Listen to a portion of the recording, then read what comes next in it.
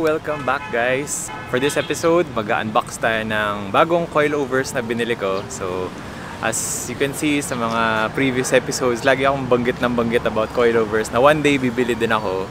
So, today's the day, nakakuha ako and standard coilovers ang napili ko. They're called standard GR1 for the Honda Civic EK. Ang alam ko meron ding GR1 for other models like the Altis, yung Vios. So I think GR1 yung parang entry level ni standard. So right now, yung coilovers ko nakipaw. So mi-meet natin siya later dun sa Mamplasan, Shell Mamplasan. As usual, mag-unbox tayo dun. So hindi ko pa siya na-open and maghahanap ako ng schedule kung kailan ko siya papakabit. But yun, exciting kasi in one of our previous episodes, kinabit ni Pao yung coilovers niya, yung ST. So sabi ko, one day kakabitan natin ng coilovers yung Civic. So yun, exciting pero naka-frustrate kasi syempre antayin ko pa kailan ako makakapagpa-install nun. So hopefully soon. Kung mapapansin nyo, maganda yung ating backdrop. Nandito ako sa Alabang Town Center. May inaantay lang ako pero alis na rin ako soon. Ano pa ba? Actually dapat matagal ko na to in-install eh. I mean, mandami pa ako mga ni-repair sa Civic. Maraming mga mods na inuna ko, pero walang budget eh. Yun lang. At least ngayon medyo nagka-budget konti. So makukuha na natin yung coilovers. Long overdue to. Tagal ko rin tinis yung Tain lowering spring. Yun yung nakakabit dun sa Civic eh. I mean okay naman siya, okay yung height, pero parang feeling ko masyado siyang malambot. Like madali mag-bottom out doon, napapansin ko. So sobrang ingat ko rin sa mga lubak. Tsaka yun lang, gusto ko yung na-adjust yung damping eh, tsaka yung height adjustment. Malaking bagay yun. And hindi tayo sasayad pag nandun na. Gusto ko siya medyo mataas ng konti sa current ko. Ngayon kasi parang 1 finger or 0 finger gap yata. Tsaka naka 16s naman eh. So feeling ko mas hindi tayo sasayad sa mga entrances, sa mga ramps. Question, nag-consider din ba ako ng other brands? Yes, actually BC, Tain na wala naman sa budget. Yung Tain coilovers mahal yun eh. Tsaka alam ko di yata pwede i-repair. Unlike si BC, si K suspension, K ba yun? At saka yung si standard, repairable yan alam ko. So, pero hindi naman sobrang malayo yung price difference. So hindi rin ganun ka hirap pumili. Pero ang alam ko, mas makapal yung shock tower, shock body nung standard. So kaya tayo nauwi sa standard. So later sa unboxing, tingnan natin kung masisilip natin yan. So yun, see you guys!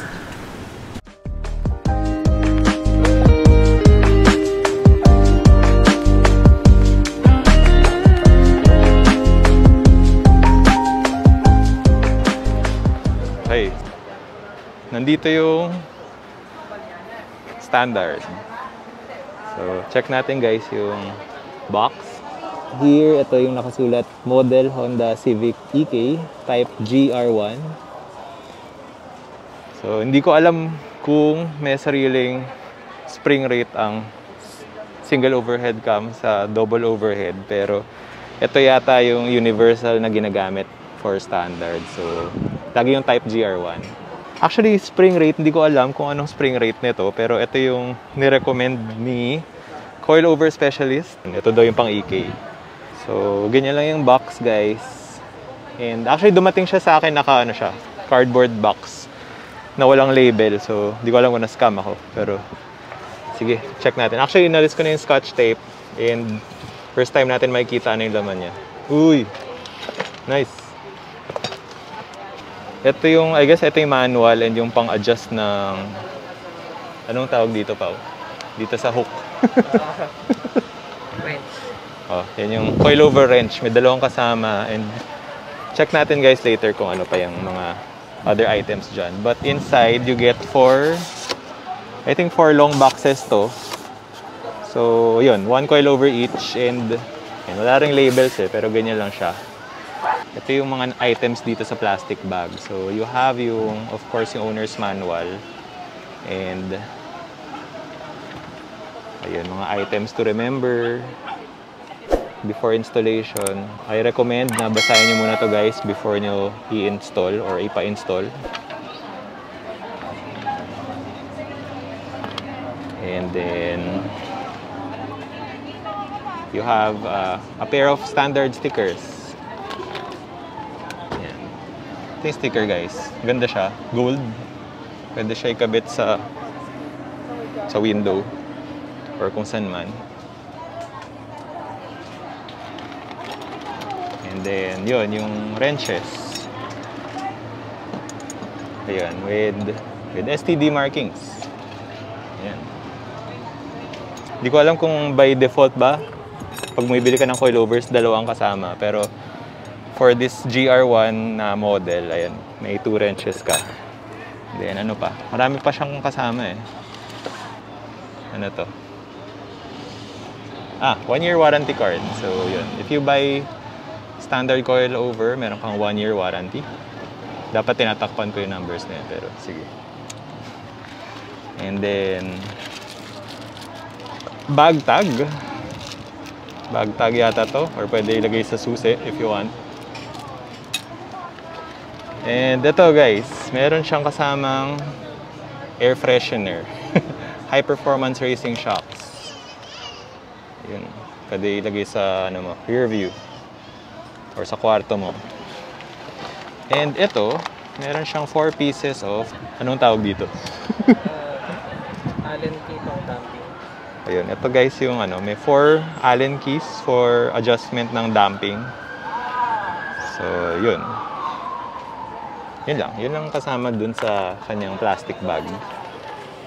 Ngayon, check out natin yung mismong coilover. Ayun, so tignan muna natin ano yung box sa taas. So, siguro front yung nasa taas, rear yung nasa baba. Tignan muna natin anong laman nito guys. Okay. Sige, dahil isa lang ako, bababa ko muna yung camera. Ayun. So, ito na siya.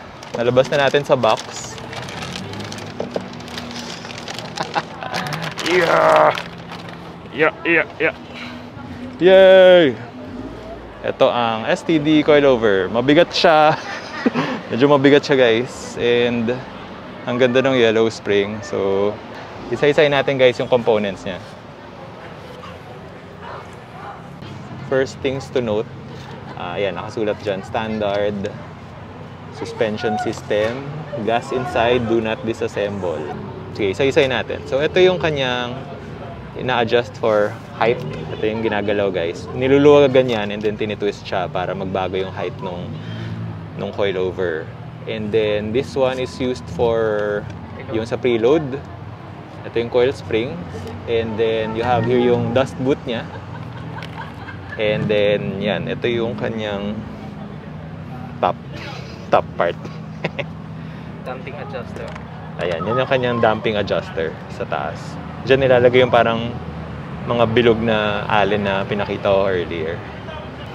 Ano bang special sa kanya? So, aside from yung maganda yung color niya, maganda yung combination ng yellow and blue, ito guys, yung hindi nyo makikita sa other coilovers. Itong parang numbers, itong labels, which can help you dun sa pag-adjust ng height.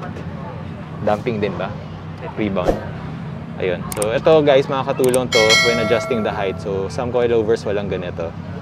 Very helpful. So, si standard may ganyan. Also, yung kanyang shock body, itong kilala sa standard is makapal to. Makapal. Pag sinilip nyo dito under the dust boot, kasing kapal yan ng OEM. So, most coilovers kasi pag binili nyo, mapapansin nyo ano yan. Medyo payat siya. So, kaya din ako nag-opt with standard kasi magbi-busy na ako guys. Muntik na ako mag-busy. Pero, ayun, long story short, nag-reach out ako kay coilover specialist. And may 2-month wait. Pero, fortunately, dumating mas maaga. Ayun, so in-unbox natin yung rear.